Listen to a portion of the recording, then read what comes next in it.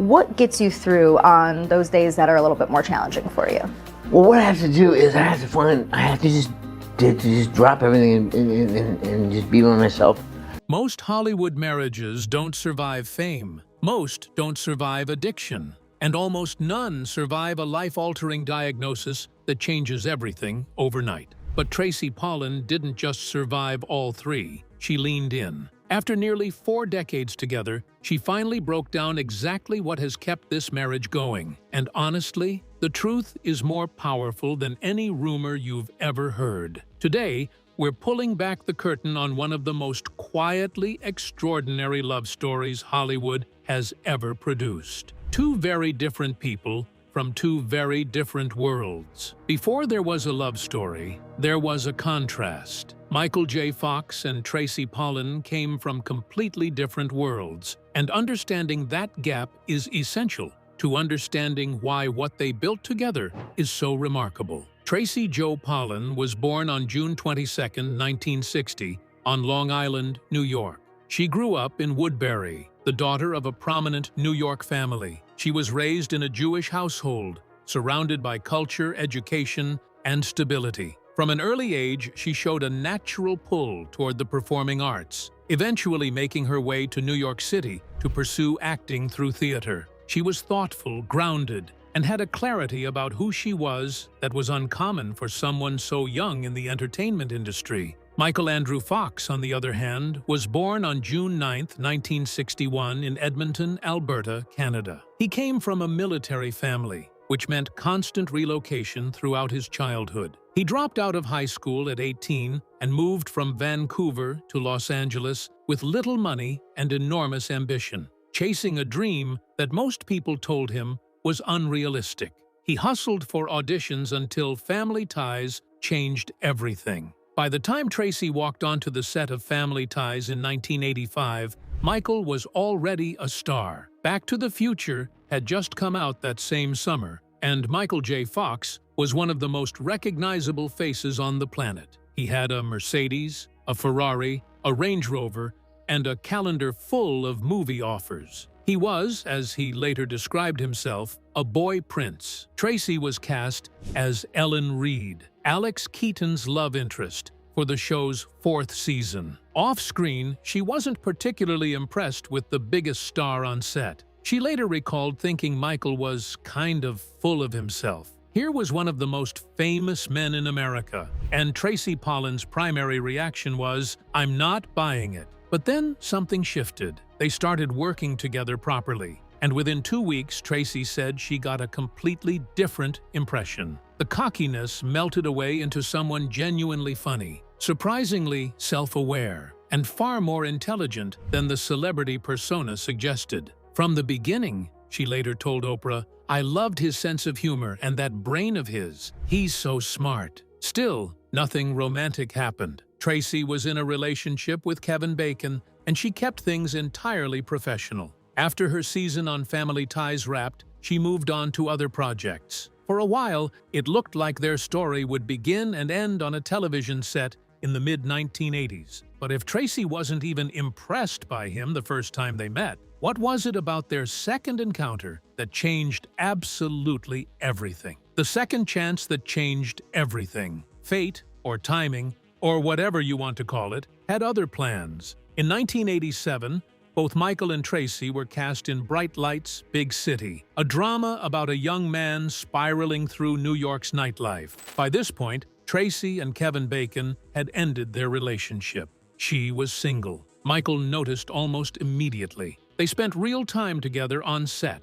They talked, they laughed, and Michael asked her out. What followed was a courtship that moved quickly but felt completely right to both of them. Michael has described it as the kind of connection where you stop performing and start just being. For a man who had spent years playing characters for a living and presenting a carefully managed version of himself to the public, that feeling was something entirely new. He proposed on December 26, 1987, the day after Christmas. He later said the hardest part wasn't the proposal itself, because he wasn't really worried she'd say no. The hardest part was figuring out the timing and making sure nobody found out beforehand. They wanted something private, something that belonged to them before it belonged to the world. They married on July 16, 1988, in an outdoor interfaith ceremony at West Mountain Inn in Vermont. It was intimate by Hollywood standards, attended by friends including Dennis Quaid, Meg Ryan, and Woody Harrelson. The ceremony blended Episcopalian and Jewish traditions, a quiet reflection of who they each were, and a signal of the respect for each other's individuality that would come to define everything that followed. Michael was 26. Tracy was 28. Neither of them had any idea what was coming. They were married. They were happy. They were building a life together. So what happened next that nearly tore all of it apart before it had barely begun? The diagnosis that could have ended everything. The early years of their marriage were, by most accounts, genuinely happy. They were building something together, a home, a family, a shared life. Their son Sam was born in May 1989. Michael's career was still at full throttle. On the surface, everything looked exactly the way success was supposed to look.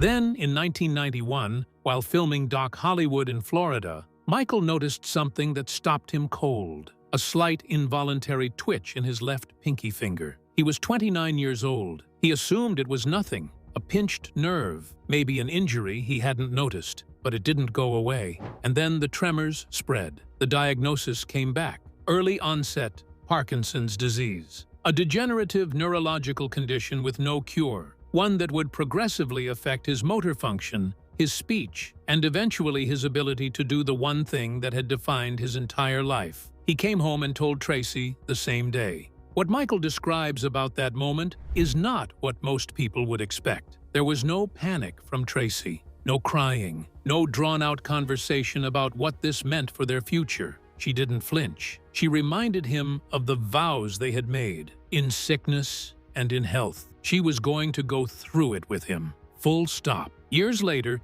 he reached for a metaphor to describe how she made him feel. Tracy was just like, "You've got a stone in your shoe. We'll do what we can until you can get it out. In the meantime, if you limp with the stone, that's all right. You can hold my hand, and we'll get over that." That is not a small thing. That is someone choosing, in real time, to absorb devastating news and immediately redirect it into something manageable. Not denial, practical, grounded love. Michael kept the diagnosis entirely secret for 7 years. He continued acting, doing press, winning awards, while quietly managing a condition that was slowly progressing. The weight of that secrecy, carried across nearly a decade, was enormous. Tracy didn't flinch when he told her, but what nobody was talking about was what was happening behind closed doors, and it had nothing to do with Parkinson's. The battle nobody knew was happening. Here's the part of the story that doesn't get told often enough, and it matters enormously to understanding who Tracy Pollan is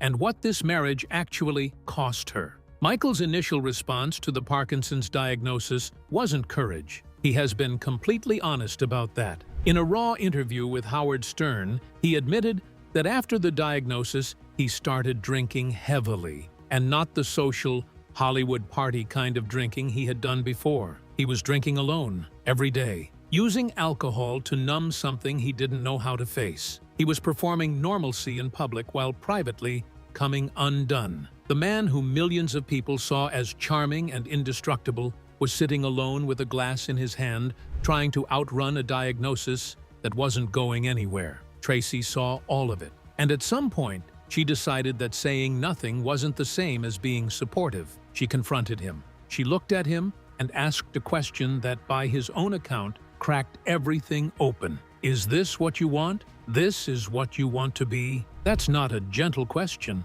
It's a challenge delivered with love, but a challenge nonetheless. And it worked. Michael went to Alcoholics Anonymous. He started therapy. He stopped trying to outrun Parkinson's and started learning to live alongside it.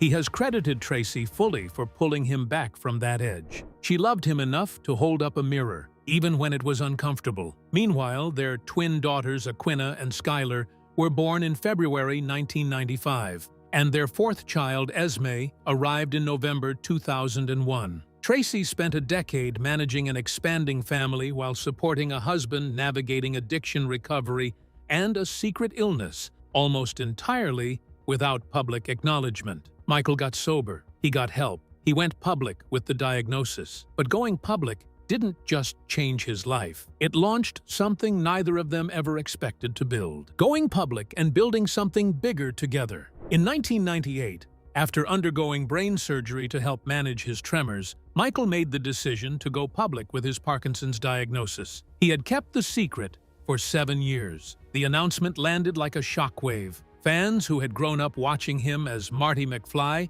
and Alex Keaton were stunned. In January 2000, Michael left Spin City after 100 episodes and launched the Michael J. Fox Foundation for Parkinson's Research. He walked away from a career that was still, by any measure, at the top of its game, and redirected everything into something bigger than himself. Today, that foundation is the largest nonprofit funder of Parkinson's research in the world. It has raised hundreds of millions of dollars and fundamentally accelerated the pace of research into a disease that affects millions globally. And Tracy is not a passive bystander to any of it. She sits on the foundation's board. She has spoken publicly about the impact of Parkinson's on families and caregivers in ways that go far beyond a red carpet appearance. This was never just Michael's mission, it became theirs. At the Foundation's annual gala, Tracy was honest about the difficulty of living alongside Parkinson's. It's very difficult for the family,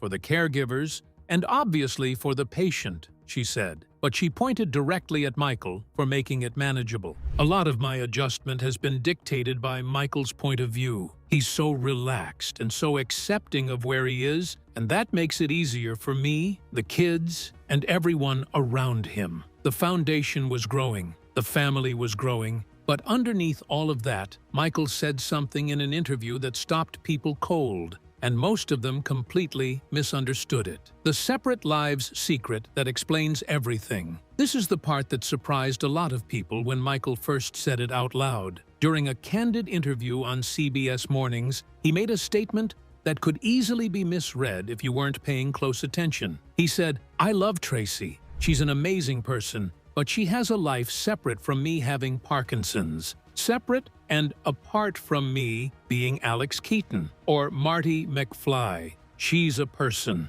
Taken out of context, that sounds like a warning sign. Distance in a marriage that has been through this much. But listen carefully, and what you actually hear is the opposite. It's Michael describing one of the core reasons they've made it this far. Tracy Pollan has never allowed herself to be absorbed into the role of caregiver. She maintained her own identity, her own friendships, her own sense of self as someone who exists independently of her husband's illness and his celebrity. She didn't become Michael J. Fox's wife, managing his Parkinson's. She remained Tracy Pollan, a complete person with her own life. She knew when to step in and when to step back, when presence was what the moment required, and when space was more important. She was not sentimental or performative about the sacrifice. She was practical and intentional about it. And that combination, showing up fully when it matters while maintaining yourself in between, is genuinely difficult to sustain across decades. Michael has spoken about the contrast in their dispositions as well. Tracy, by her own admission, is more naturally inclined to worry about the future. Michael is the opposite, focused on the present, accepting of what is. In an interview with People, Tracy said, "His optimistic worldview about everything is just so powerful. Michael doesn't worry about the future. I'm completely the opposite." Over time, his approach has shaped hers. That mutual influence, where each person genuinely shifts the other, is what long marriages are actually built on. So they had the independence figured out. They had the foundation. They had the family. But when Tracy was finally asked point blank, "What is the actual secret to this marriage?" what did she say? What Tracy finally revealed. At a certain point in long relationships, the truth stops sounding dramatic. They get quieter and more specific. And that's exactly what happened when Tracy finally laid out, across multiple interviews and public appearances, what she believes has actually held this marriage together. No publicist, no carefully managed narrative. Just a woman who has lived it, saying exactly what she found to be true. At the Michael J. Fox Foundation Gala, she was asked about the secret to nearly 4 decades of marriage. She didn't reach for something romantic or cinematic. She said, "We just take it one day at a time, and it's worked." That philosophy sounds almost too simple to matter, but simplicity is exactly what made it sustainable. They never tried to solve the next 10 years all at once. Instead, they focused on getting through today, then tomorrow, trusting that thousands of ordinary, faithful decisions would eventually become an extraordinary marriage. In interviews with People magazine, she has returned again and again to the same theme: listening, real listening, not waiting to speak, not managing, not navigating, actually hearing the other person. "I think we really listen to each other. We are there for each other when we need each other." Michael has echoed that back, saying that Tracy gives their family everything it needs, and that any good that comes from their family originates with her. Their eldest son, Sam, recently married Molly Milstein, and when Tracy was asked what advice she gave him, the answer was the same one she's been living by for almost 40 years. Take it one day at a time. That's not a platitude when it comes out of someone who has actually done it through early onset Parkinson's, through addiction recovery, through the relentless public glare that attaches to fame at that level, and through the ordinary grinding difficulties that any marriage accumulates over time. When Tracy says it, it means something because she has earned the right to say it. At the 2026 Actor Awards, Michael made a surprise appearance that brought the room to its feet. He gave a speech reflecting on his career, his gratitude, and the people who made everything possible. And when he spoke about Tracy, he called her his greatest gift. He told the audience that he met her on Family Ties, and that she gave him 4 gifts: their children Sam, Aquina, Skylar, and Esme. And then, with the kind of humor that has always defined how he carries even the hardest things, he added, "Sometimes I like to remind them, if it weren't for acting, they wouldn't be here." For their 36th anniversary, he posted a photo with the caption, "Here's to a lifetime of love with the love of a lifetime." Tracy replied, "Same spot, different year. We haven't changed a bit." That's the whole story, right there in 2 sentences. Same spot, different year, still choosing each other. And after everything they have been through, the fame, the diagnosis, the years of secrecy, the battles fought behind closed doors, the fact that it comes down to something that simple is perhaps the most powerful thing about it. What Michael J. Fox and Tracy Pollan have built is not a fairy tale. It is something harder and more real and, in the end, far more impressive than a fairy tale. It is a marriage that was tested by the vertigo of sudden fame, by a diagnosis that would have broken most people, by years of secrecy and the strain that comes with it, by addiction, by public life, by the slow physical toll of a degenerative disease, and it held. It held because 2 people kept making the same decision over and over again, across nearly 4 decades, to listen, to show up, to give each other space to remain whole, and to take it one day at a time. Tracy didn't reveal a scandal. She didn't expose a crack in the foundation or a secret that changed the story. What she revealed is something that's actually harder to hold on to than any dramatic twist: steadiness, commitment that doesn't perform itself, love that shows up quietly, consistently, and without needing an audience. If this story hits differently than you expected, that's the point. The real ones always do. Hit subscribe so you don't miss the next one, and drop a comment below telling us which celebrity couple you think has one of the most underrated love stories in Hollywood. We read every single one.